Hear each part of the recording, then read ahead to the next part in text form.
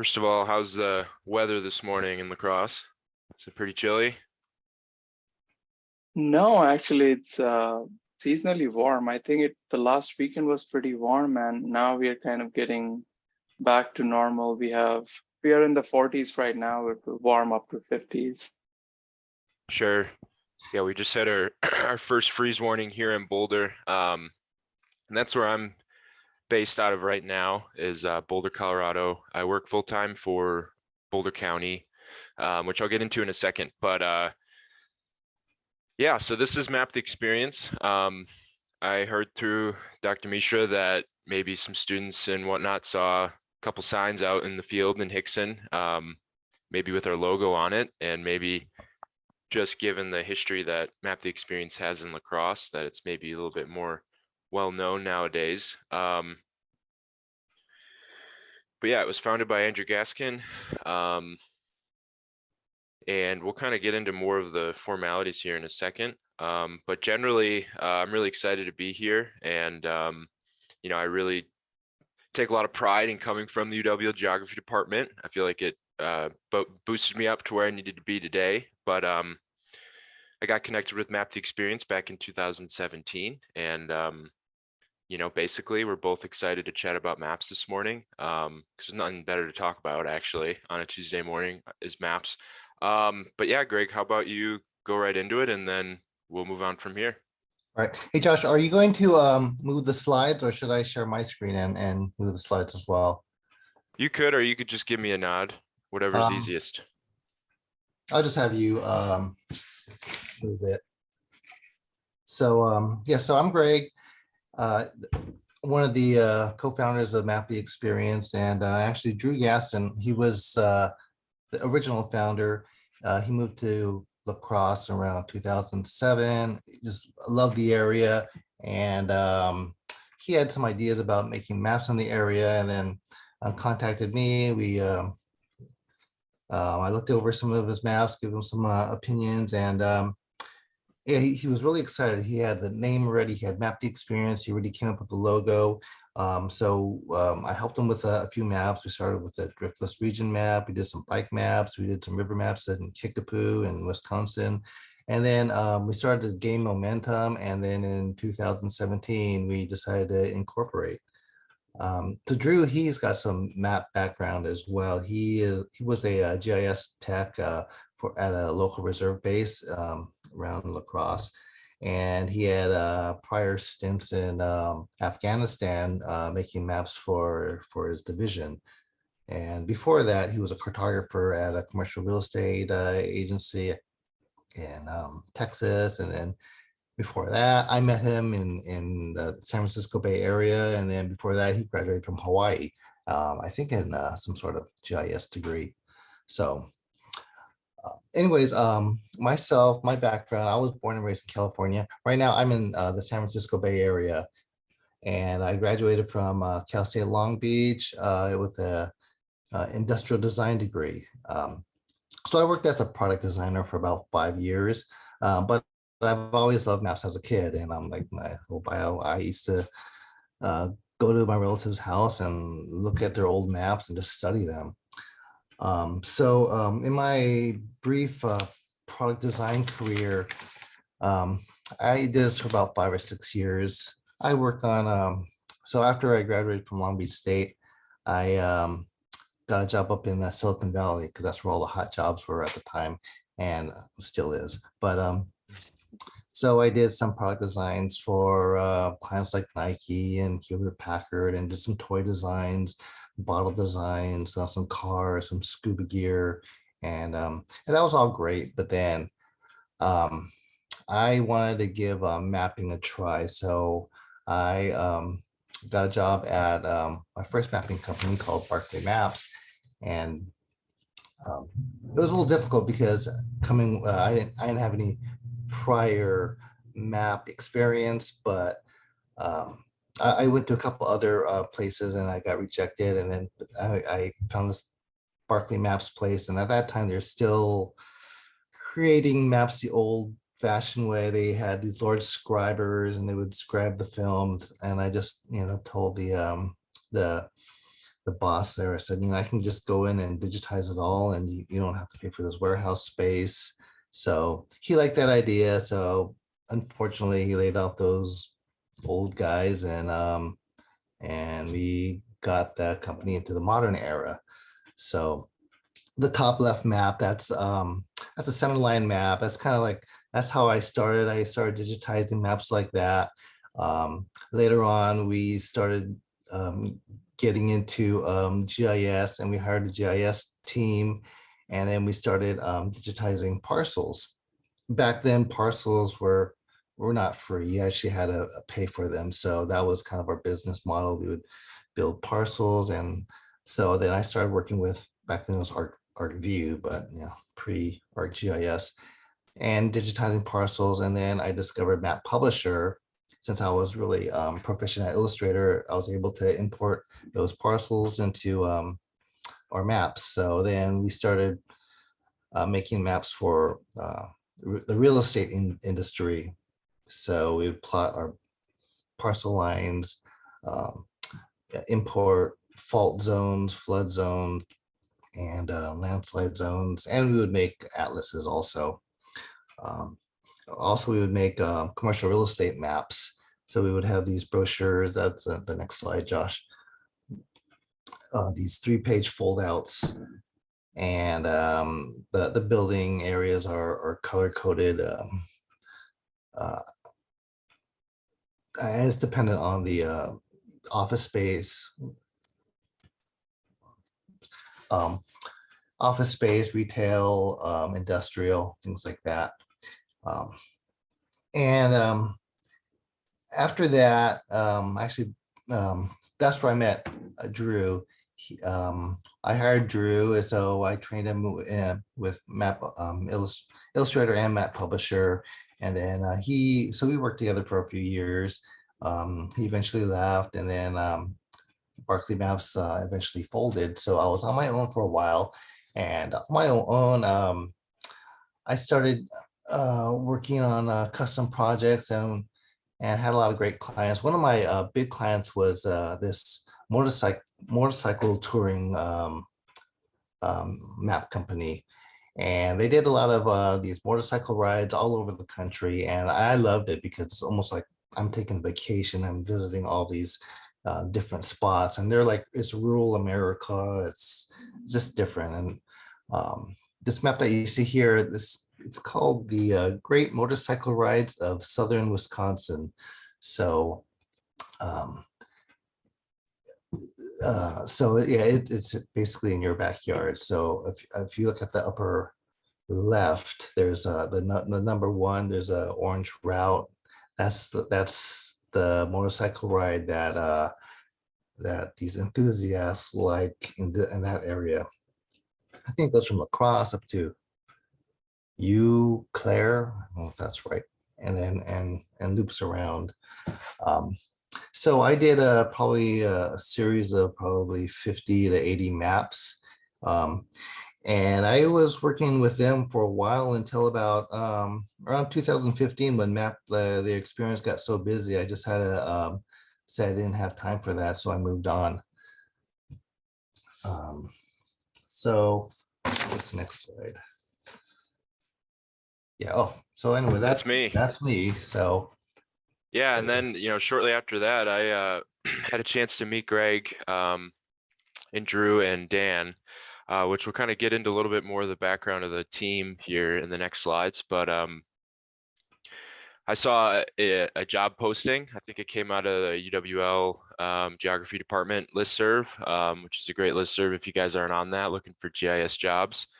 And it was a very vague posting with just a few lines of text, saying, hey, we need a map intern to help work on some maps. And sure enough, I cold called them and found myself downtown La Crosse at the US Bank building, just bringing my map portfolio. At the time, it was all print.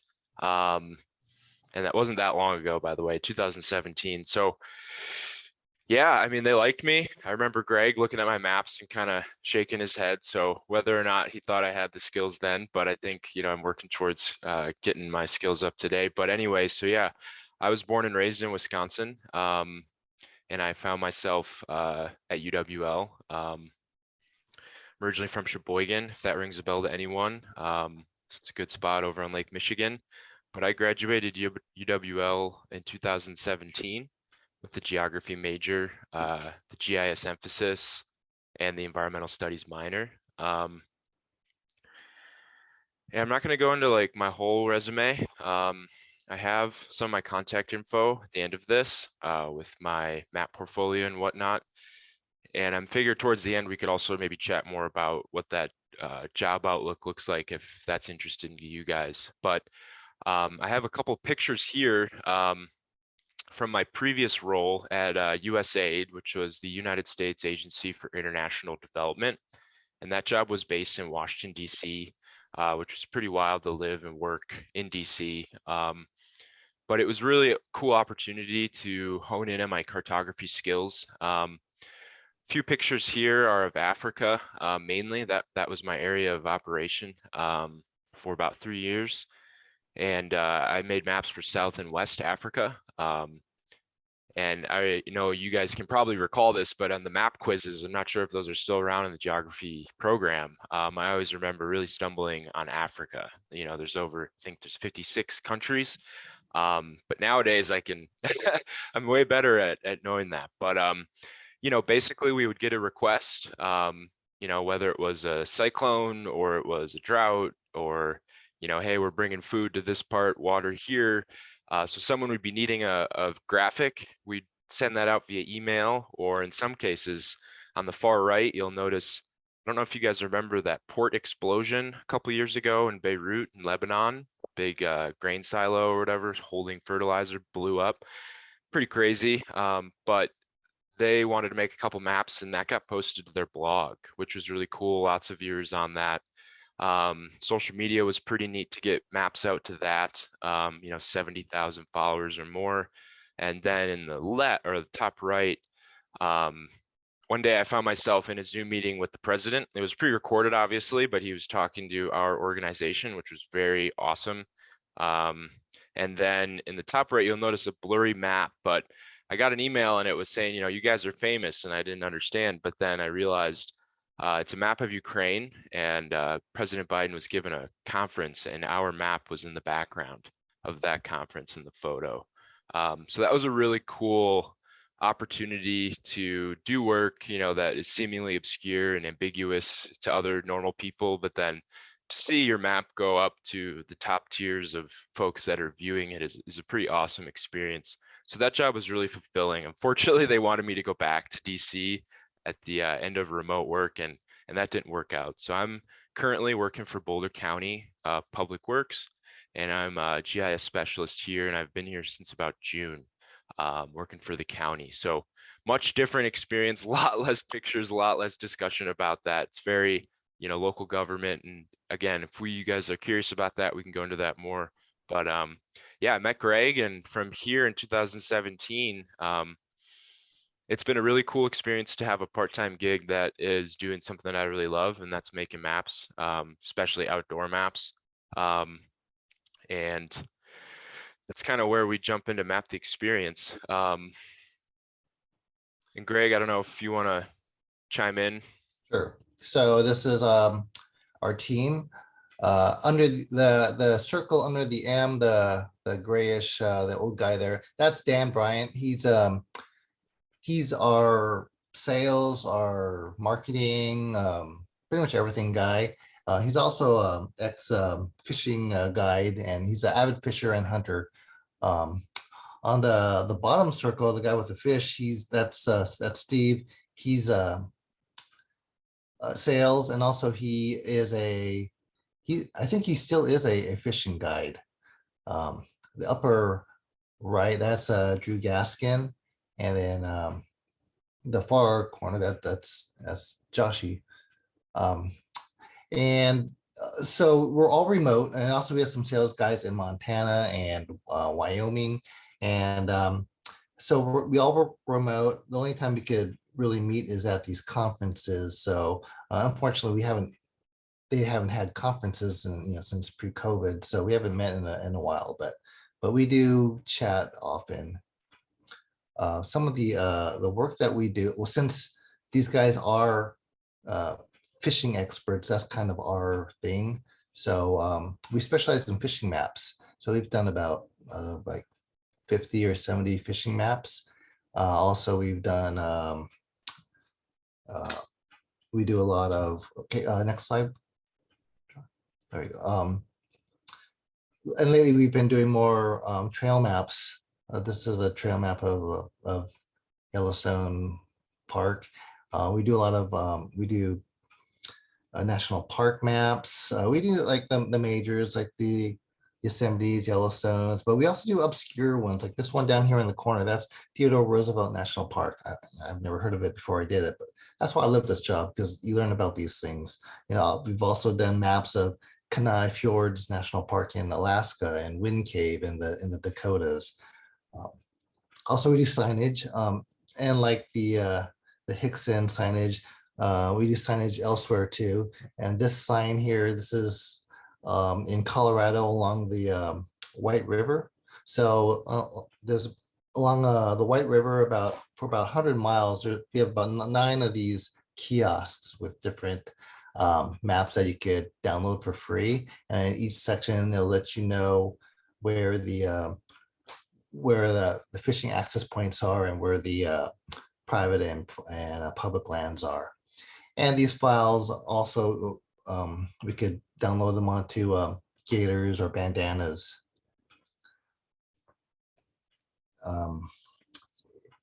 And also, these files can also be downloaded for mobile maps.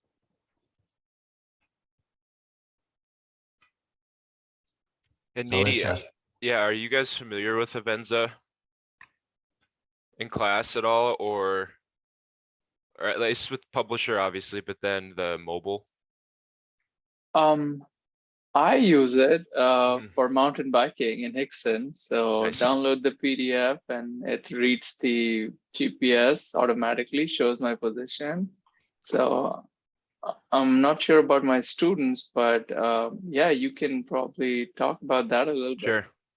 Yeah, no, and at the time when I was walking around Hickson, and there'd be a couple retro photos coming up, but mainly, you know, the signs, they have a QR code. And maybe you guys noticed that at the Hickson Forest signage. So if you download that map, what's cool about it is, you know, it uses your cell phone GPS, and you can download it sort of like Spotify for maps, whether that's our maps, Map the Xperience, or National Geographic, or, you know, I don't know, local governments sometimes push out maps to events that you sometimes can download them for free, and sometimes they cost money. But it's been really handy. In the bottom right, you'll notice arches. So that's our maps. You can drop pins, attach photos, right? Log your trail, and just, you know, chart a course really if you're trying to navigate. But it's just a really neat platform that allows folks to take advantage of multiple maps. And I'm sure you guys are maybe familiar with Onyx Maps, which is a mobile platform that's web-based, and that's a subscription-based map, and that's used in the hunting realms. They have a backcountry version that's used for overlanding, like off-roading, but the unique difference is that these are static PDF maps, and they're only a snapshot, whereas some of the other platforms, like Gaia GPS for hiking, is all mobile-based, web-based. So you can zoom in, zoom out really fine. But this is a neat way to kind of just overcome the subscriptions and just, you know, maybe a one-time purchase to get a map. And we're obviously not plugging that, but just trying to educate folks on cool platforms that I've used just in my free time, but also have used in other jobs in the field to collect data. So it's kind of a cool way to set up a search area or subject area and create your own GeoPDFs, and you can also upload your own maps to that. So it kind of leads us into Hickson.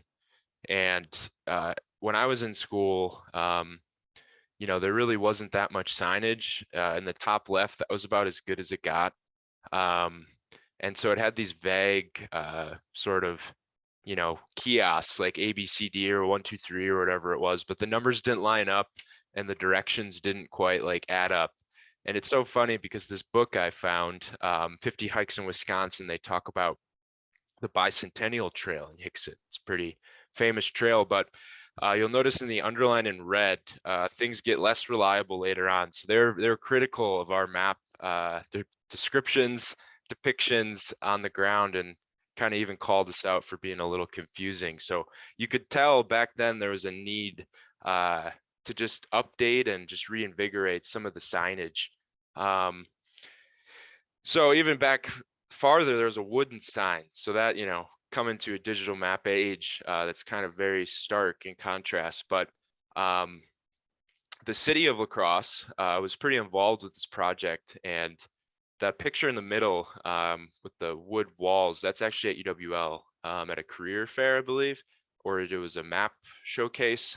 But they were using, the city had our map, and Greg, maybe you could just talk about Aura. So clearly there was a need for new signage, and Greg and Drew kind of started to fill that need. Go ahead, Greg. Yeah, so Drew met a person at Aura, and then we started developing maps. I think the first map we developed with them was the Driftless region map. And after And Greg, that, just quick, Aura is a outdoor recreation alliance in the Driftless area, and La Crosse specifically, just a little background on that. so then we partnered together and with the city of La Crosse to build the new Hickson map.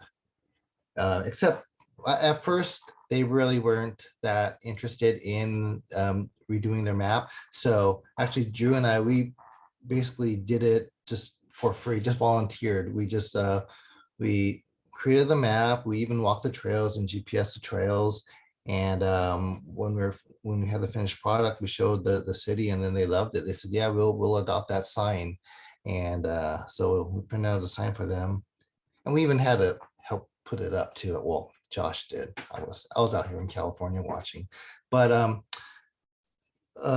but And Greg, so how long was that process to signage, to talking with the city? And just to give you guys, it's sort of a funny question because it took, yeah, Greg, go ahead. yeah, it took a while. It probably took about it took us probably about a year, maybe longer than a year. I mean, we finished the map pretty quickly, but then when we showed them, they said, oh, it's great, but can you update this? Can you update that? And there was all these little changes, and just kind of and then they had to show other people and then to get approved. So that part took a little lengthy, but then by the time it was done, they loved it. And even though we did it for free, after that, they commissioned us for more. And then since then, we were able to do the upper, we did the marsh, we did the winter trails, Scamp, Gateway, just a lot more. And also it was great exposure for us. We still have people today calling us, and they're interested in doing signage elsewhere. So actually, there's some things in the works, and you might even see some more of these signs in the near future in your vicinity, because we're talking. But yeah, and it was just a really long process. From meetings to changes to the map was, the quickest part to complete, really. But just navigating the city, and working and getting folks on the ground to actually build the signs. I think the kiosks were up just like last year, the year before. So, thinking about when Dan and Greg and Drew first met the city and were really starting to work with it, it's been about a 4-year process from inception, to doing the map for free. So, it's kind of not conventional approach, but at the same time, as a young guy, seeing that in the geography realm, just seeing ways that, you can kind of input yourself into the field without having to really go get a 9-to-5 necessarily. But, just providing value to the city. So you guys have seen these maps probably, is that right? Yeah. Any thoughts? Are they all right? Do they help you get around? Hopefully, maybe feedback, different color schemes. Feel free to ask questions or chime in if y'all need to ask those. But yeah, any questions about Hickson or anything so far that we could help answer more or shall we keep moving? Yeah, students, please, if you have any questions, chime in and, you know, yeah, Go ahead, join. Charlie. I guess I don't have a question about like what you guys are actually talking about, but I was wondering if you guys work closely with like the Department of Fish and Wildlife at all, or you guys like completely separate? We are separate. We kind of we'll contact them if we need information, or sometimes we'll work with an organization that is tied in with them.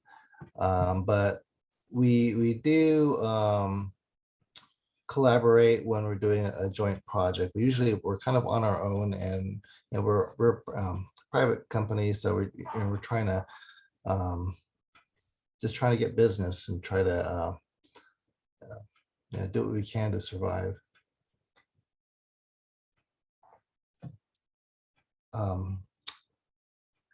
I'd like to share my screen and show some map publisher let's see, map publisher things that we do. So Go for it. Map publisher has a lot of tools, and I only use just a fraction of it. This is kind of basically what we do to create a map. So this is an Arizona area. Are you guys seeing my screen? Looks Yeah, good. okay. So basically, when you import the data from the shape files from ArcView or whatever, for some reason they always come in black and white. I don't know why. You can make your color tints in ArcGIS, but when you import it, they come in black and white. I don't understand why Map Publisher can't fix that. But anyways, so when you import it, it comes in something like this. So this is the service management files, and you can see all the data.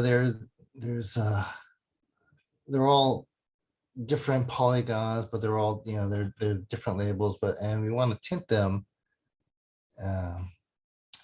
in certain ways to differentiate. So I created some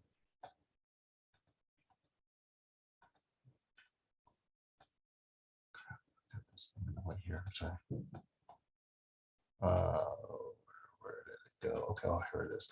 All right, so what I've done is I created some actions. So say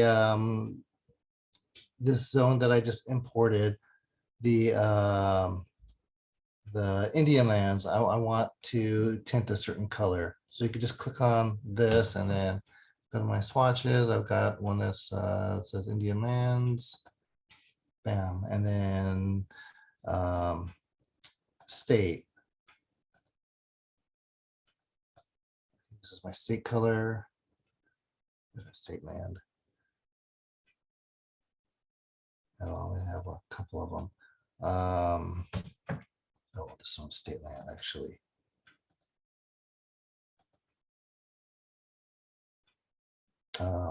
Bureau of Land Management, where are you?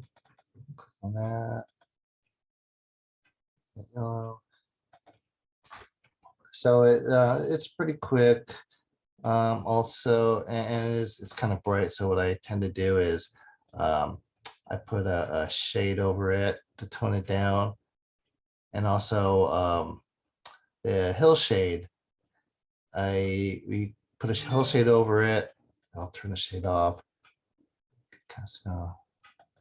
I'll put a tint on the hill shade as well, just to kind of tone down everything. And another great thing about Map Publisher is the text tools. So I could just click on some particular area.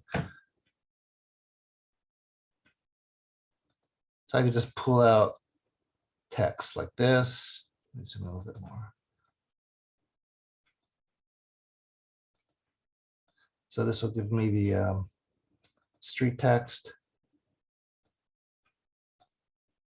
And click, and this will give me the summit text.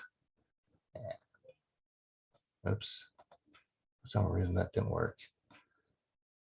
and you can preset all these text styles to your layers, which is great. And then after that, we export it to Avenza, or export it as a image, and just go like 300 DPI. And then that's how, and then we hit OK. And then the image turns into a GeoTIFF, which you can open up in Google Maps or download it to Avenza. And that's pretty much all I use for Map Publisher.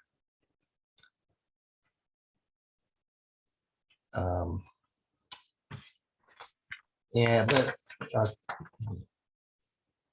Josh, can you show the slideshow again? I want to talk a little bit about the Map Publisher versus ArcGIS. I don't know if you guys ever have discussions on which to use. Yeah, Greg, I briefly talk about it. We use Map Publisher intensively now. So they have done 5-6 lab exercises based on Map Publisher.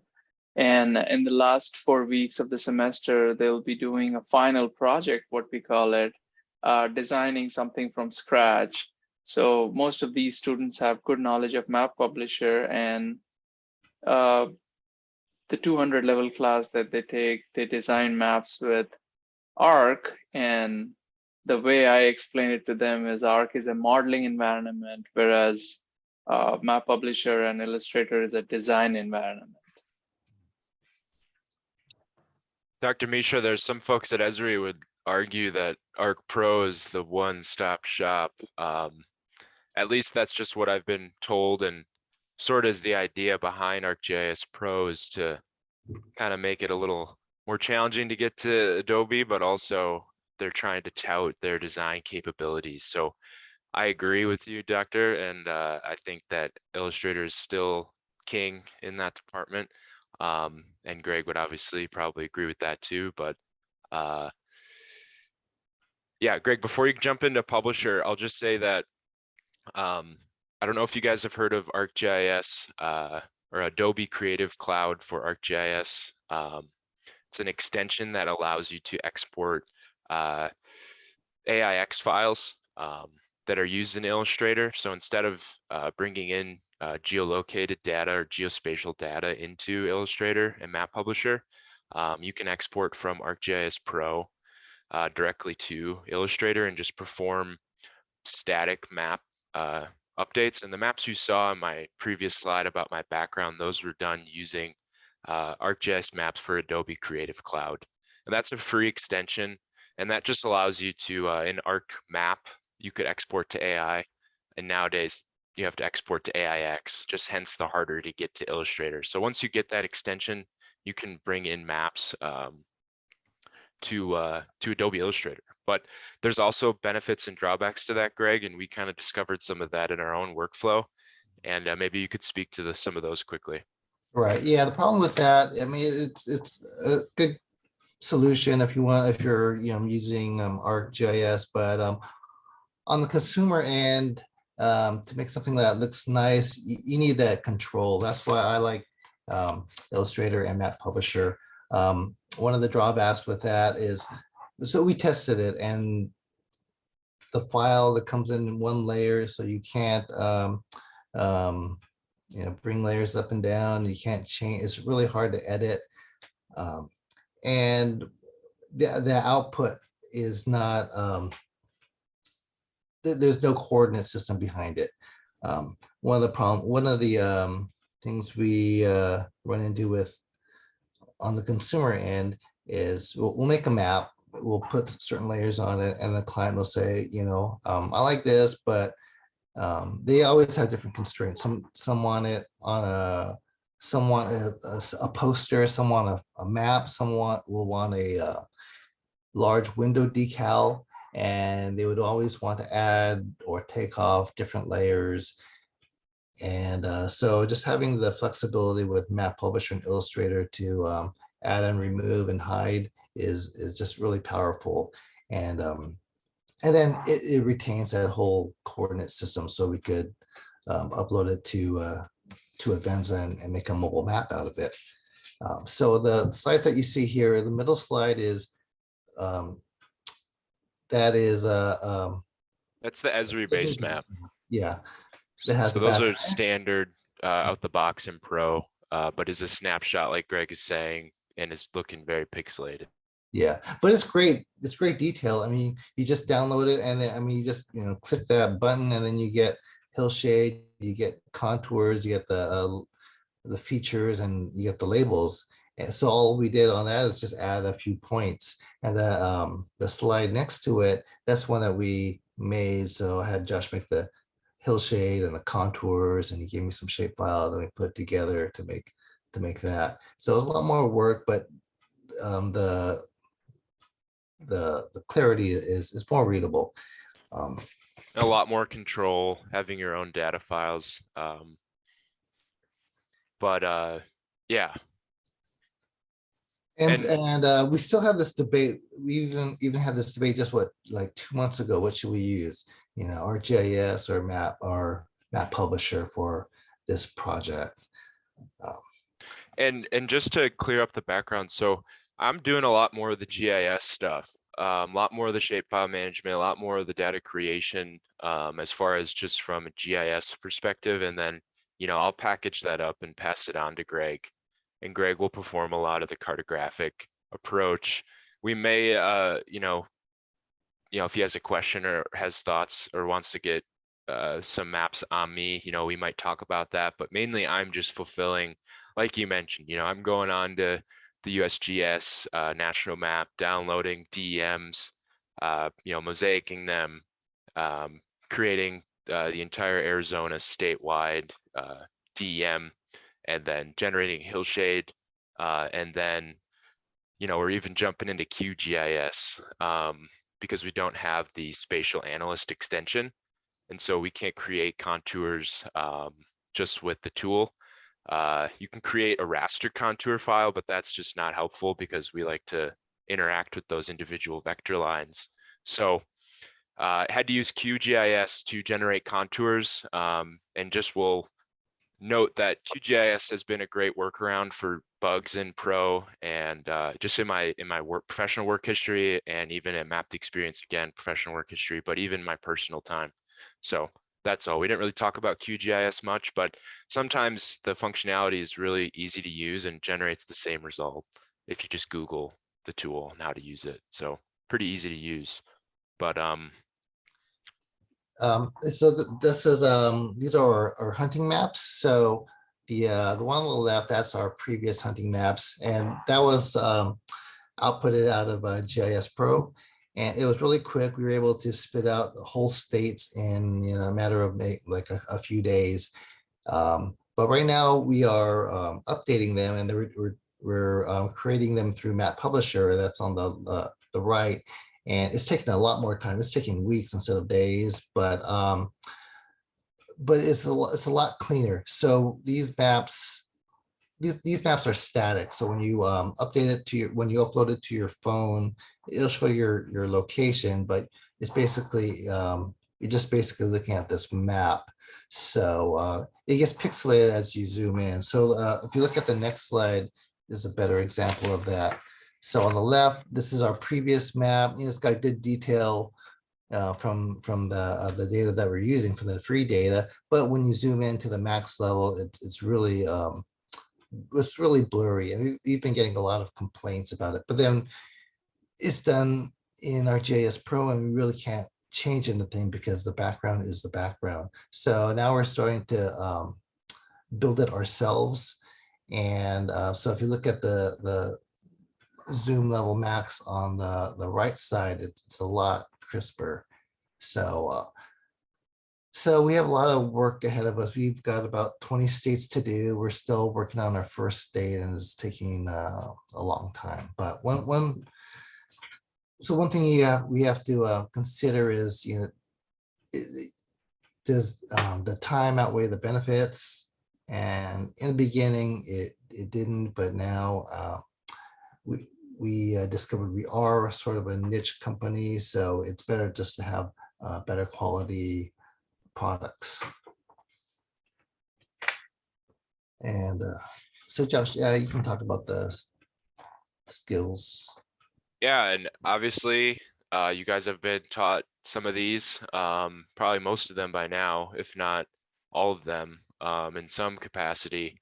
And, we're incorporating a lot of these concepts into our progress. My dog is dreaming right now. Sorry if you can hear that. But readability, right? Like visual hierarchy concepts, figure ground contrast. Don't let these vague lecture ideas in Dr. Misha's class bore you, because these are the most important concepts that I feel like I've taken away from UWL geography, and have applied them to my own career, and has made a very distinct difference in my map making skills, that has set me apart from other maps. And that's taking in a lot of examples, whether that's Nat Geo, whether that's the NASA Earth Observatory, all these authoritative map makers, cartographers, and GIS folks that are kind of pushing the boundaries of map making, incorporating, different design techniques that Greg has a lot of experience with, whether that's type, labeling, and something as simple as just using a river line to arc your label. Something as simple as that, something that some folks don't do because it takes time, but when you do that, it makes your maps look much better in certain regards, right? Not every map might need that. So that's where you have to use your own cartographic decision-making process. But even colors and even map elements, some of my favorite items are map elements, north arrows, scale bars, and titles. Some folks would argue that, a map isn't a map without a north arrow or a scale bar. And I agree, but also, knowing when to incorporate, breaks in that scale bar, kilometers to meters or miles, whether or not you just need a simple north arrow and a simple scale bar with one digit and one N with a very mellow north arrow. Instead of just using the Esri north arrow, right? Like, let's think about this. It's just a north arrow. Let's make our own or something, So just trying to incorporate some of your own techniques, and try to make some things minimal when possible, but also knowing when you're trying to, navigate distance, you might need, breaks in that scale bar. But yeah, Greg, anything else here? And just I wanted to ask a question. Do we have a hard stop at the hour, or would we have enough time if there's more questions or anything Yes, we wanted yes, to touch base? we don't have any hard stop. Okay. We are just pretty fortunate that you guys are available to talk about these Of course. things. So please go Good. ahead. Yeah, we're getting towards the end, but yeah, Greg, go ahead, and any of the skills that, you've found to be beneficial in yours and even now. Yeah, readability is key. You can have the best map. You can have all the data, but if someone can't read it, if it's too small, they're going to complain. They're going to say, oh, this is a terrible map because I can't read it. So we try to make the whatever is highlighted or most important on the map, we try to make it 10 to 12 point. We try to make it 12 point because that's kind of like magazine or newspaper point size, but we try to cheat, go down to 10. We do go smaller on some text, but that's kind of like text that's not very important. It's just kind of there just to be there.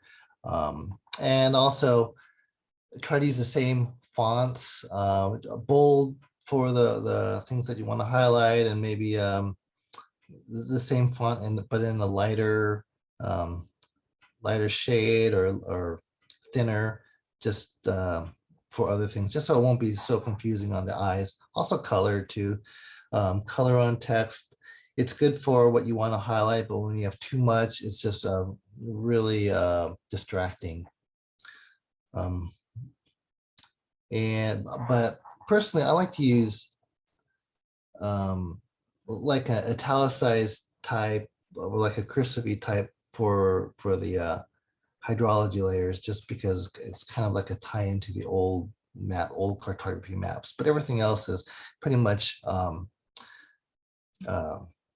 like almost sans serif or sans serif. I get mixed up, kind of without the little things on the ends, because it gets a little hard to read. And colors too. We try to do light tints so it's not so distracting. Sometimes you get bright colors here and there, and it's just hard to concentrate. So that's about all I have.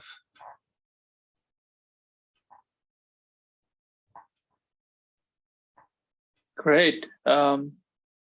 Students, questions for Greg and Josh? Go for it. Anyone?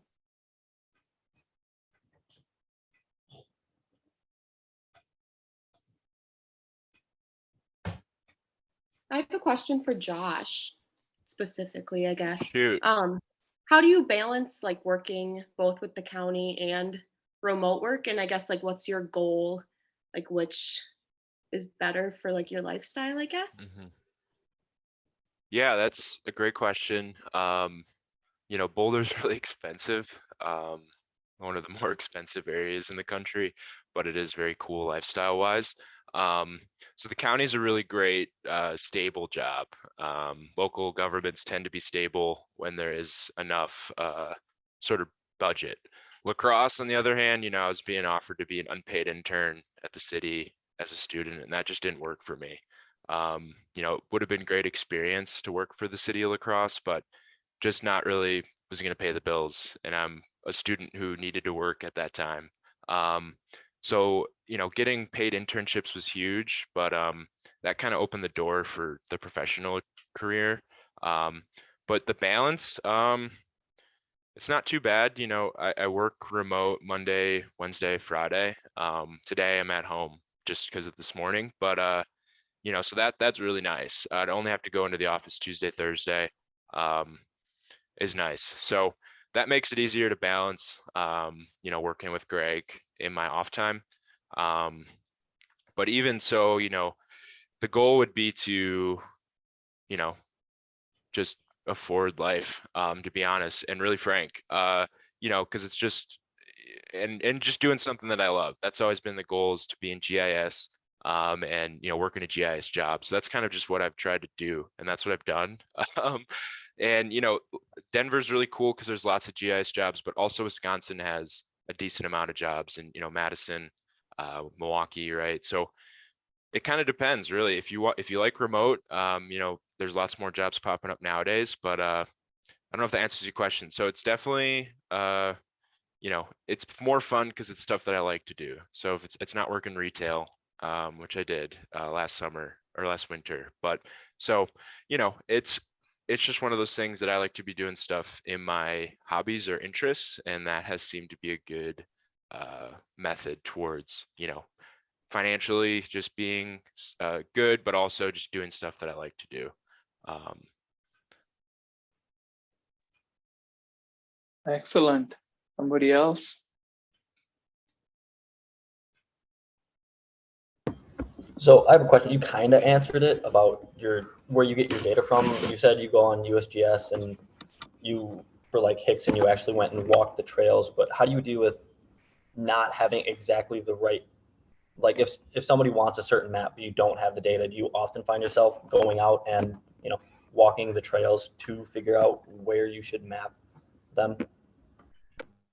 We do a lot of work on Google Earth. We'll digitize off Google Earth and then import it into Map Publisher. And then when we show the clients, it's pretty close. And if they want closer, if they're you know, far away, we'll say, well, this is about as close as we're going to get. If you really want it accurate, you've got to walk the trail yourself. So we kind of leave it on them. There's also like other places like OpenStreetMaps to get data, and All Trails, but that it's okay for the macro level, but micro level, Google Earth works a lot better. But then, you know, a lot of the USGS, a lot of the national websites will have free open source data that covers a good chunk of it, which I'm sure you guys are familiar. Doesn't get any easier to access it. Sometimes it's hard to download it, but A follow-up to that, Greg and Josh, would be thinking from the student perspective. how often do you like, if you want to produce a final product, what's the map design loop like? You might select different colors and different labels. And I guess I'm trying to ask how many uh, uh, design drafts normally you do before you settle like, okay, this is the final product, and what goes through your mind in making those decisions? Right. A lot of it comes from experience, but even when I start a map, I kind of have the layout and colors in mind. I'll put it together, but I'll always have to change it because because of the landscape. Sometimes there's so much forest areas, I've got to adjust the colors, or we'll if we have typically when we tint our hillshade, we do a lot of maps in the Midwest. So we'll go from green as a valley up to, as you go up the hill, there's a brownish and more redder and white up on the top. And that works great for the Midwest. But then when we do things like around like your area where it's all green, people want to see green. So we have to start green and then go down. In the valleys, it's a little bit more brown. So it's always an adjustment. It takes a few iterations, but yeah, that is something that I deal with all the time. So I never. It's hard just to have a standard to go by. Every map and every sort of location is different. But if you have a general picture in your mind, it helps. Yeah, and I'd say, you know, there's always the perspective of the map maker, the cartographer. And if that's a, you know, a siloed process, if you're not talking to your client or your requester about, you know, what they need, who their audience is, you know, what content to have on that map, and the timeline, you know, those are all serious questions that need to be hashed out in that first email, which needs to lead to a meeting, you know. And I typically like to show people under the hood when I was in the office. You know, I'd invite people over to my desk when people were asking for maps, and, you know, showing them the process that I'm going through. Number one, the look on their face was always amazement. They were always so excited to take a break and learn about maps. But then, you know, it allowed me to incorporate their feedback immediately, you know, so I didn't have to go through more review processes. That didn't mean I didn't like them or didn't want to do them, because I think more eyes on a map just make it better overall. But, you know, when you can incorporate and when you can ask those questions about who your audience is early on, you know, you can start to build that map from, you know, about 80% positivity that, you know, you're not going to have to make too many changes. And to not hesitate to fall back on your experience and your expertise, you know, because like Greg said, readability is key. And so if, you know, you got folks asking for colors and all these layers and, you know, there isn't much readability, you know, sometimes you just got to push back and say, hey, you know, we can't actually make rivers red, they're blue, you know, because rivers are blue, you know, that's how it is. And so I don't know, but I might have like 15 file iterations for a final product. So it could, you know, it could be lengthy, but it also could be, you know, pretty simple. I'm pretty sure if you're getting the right feedback early on. So design reviews are huge, and any organization that isn't taking an effort to look at your maps, provide feedback, and give you, you know, just like feedback, you know, is a problem.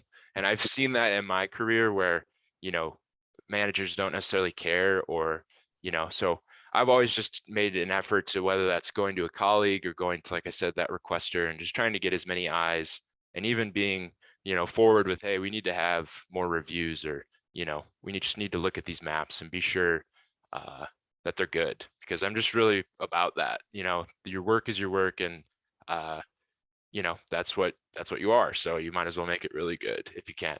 And that means multiple reviews, but not to be so serious, but yeah, so just getting good at maps requires iterations.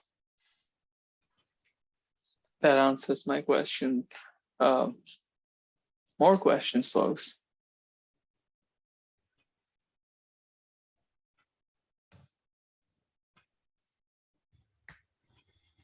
Well, I'll ask one more.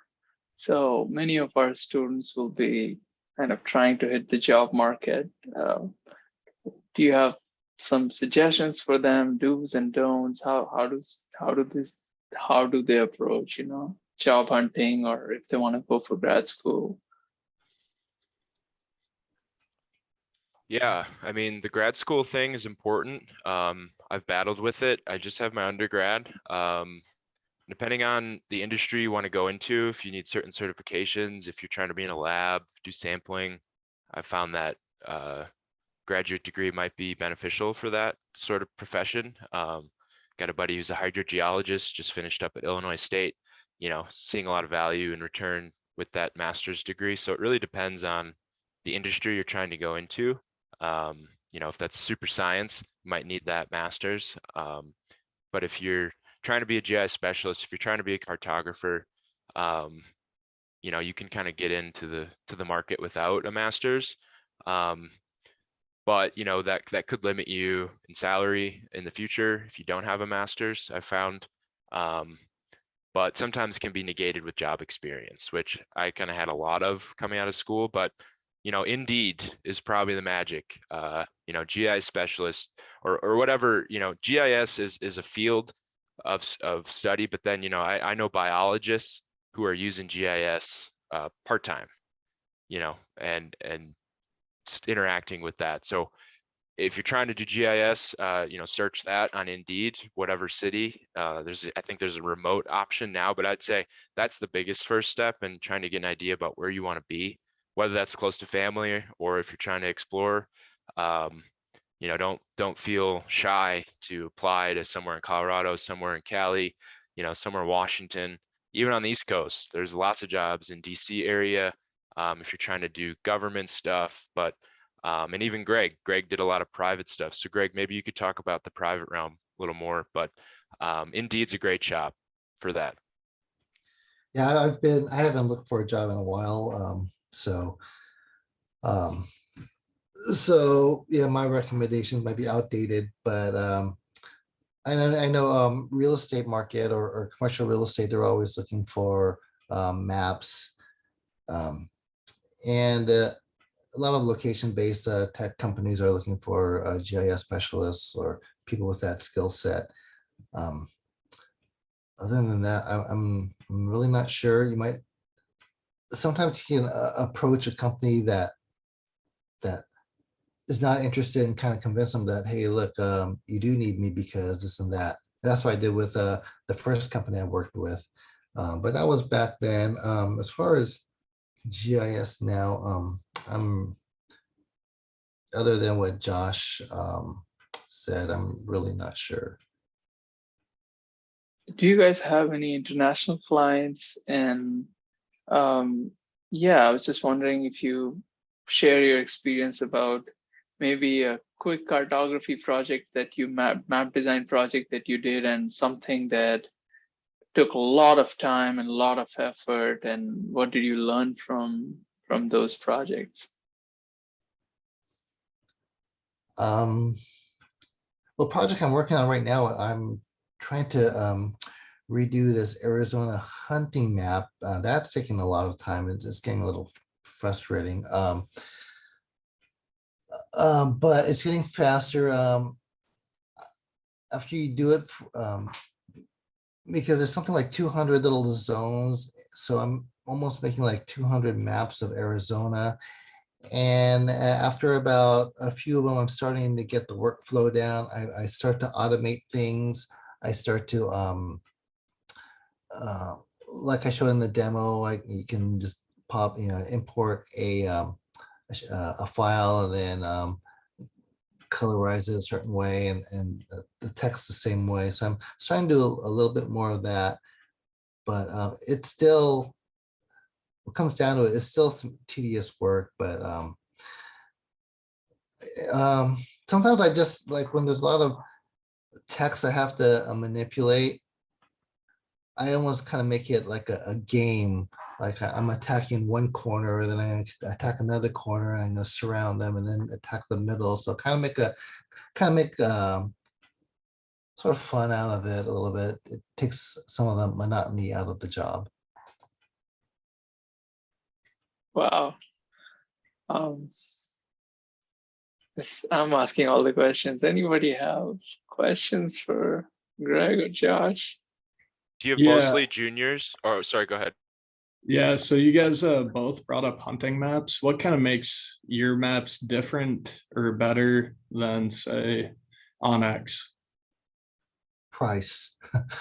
Our hunting maps are, well, I think what, $2.99 or $4.99 each. $4.99 each. So you get the map. It's the map is the WYSIWYG. What you see is what you get.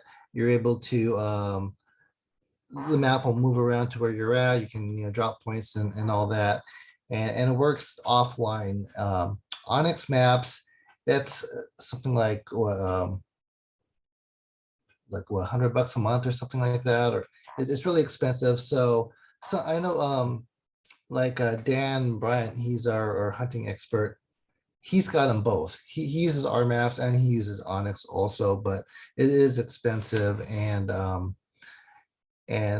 actually, hunting maps is kind of his idea because he's a hunter and he wanted something that's a little bit more affordable. So it's not as detailed as Onyx, but then again, for the price, you're getting a pretty good bargain.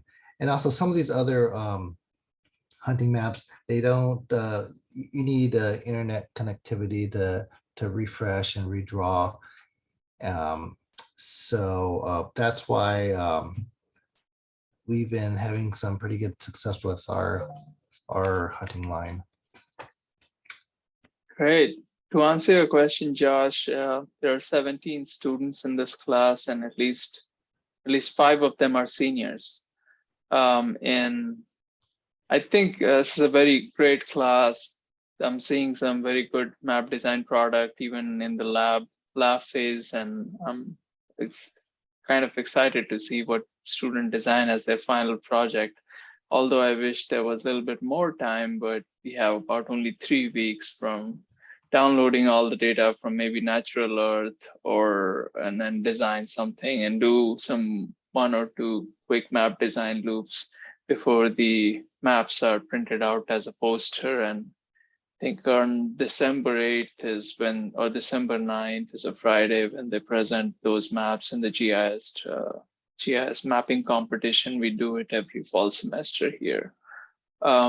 So yeah, I'm sure some of the students are very excited to hear because it gets boring. Map design, you invest a lot of hours to refine your product, and some of the students really like that, whereas others don't enjoy that part. But I know some of students here really love that part, and yeah, so I'll share your contact information with them, and if you have any opportunities, or they'll be probably up for doing an internship just to get the experience. I don't know, I won't speak for them, but I'll share your contact information with them. Yeah, do that. And if any students have questions, more detailed, or just want to know more of the background of the career path that I've taken, and Greg too, happy to discuss that. Definitely check out my cartography portfolio. Really simple way to do that with ArcGIS story maps. Create a free account. Just a good way to catalog some of your experience, whether that's your labs that you're working on now. Because I know that was the first question that I received was, hey, where's your portfolio? Can I see that? So easy way to share URL, but yeah, it's been a really great experience talking to you guys. It's really makes me happy to come back and chat with UWL because I'm always excited about that. So might seem daunting now, but if you would asked me back then, I'd be sitting in Boulder right now talking to UWL. I probably would have, not believed you. But yeah, LinkedIn, anything, reach out, do it. Don't feel shy. Always happy to chat. Always seeing, like I said, a lot of jobs in Denver area, in the Front Range. So, there's lots of GIS out there and really valuable commodity, whether that's just, geography and you totally do something different, 'cause geography is just a good base of knowledge to apply in a business role, medical field, you name it. There's maps everywhere. Maps are, really important in the world. When people joke and they're like, isn't everything already mapped? What are you doing? I always laugh about that because they don't understand. But yeah, you never know. Your map might make it up to the president of the US. So that's crazy. And yeah, happy to chat about that more. But thanks again for having us, Dr. Mishra. Yeah, we are well above time. If somebody has any final minute questions, it's your last opportunity. Okay, I don't think anybody has any questions. So I once again would like to thank Josh and Greg.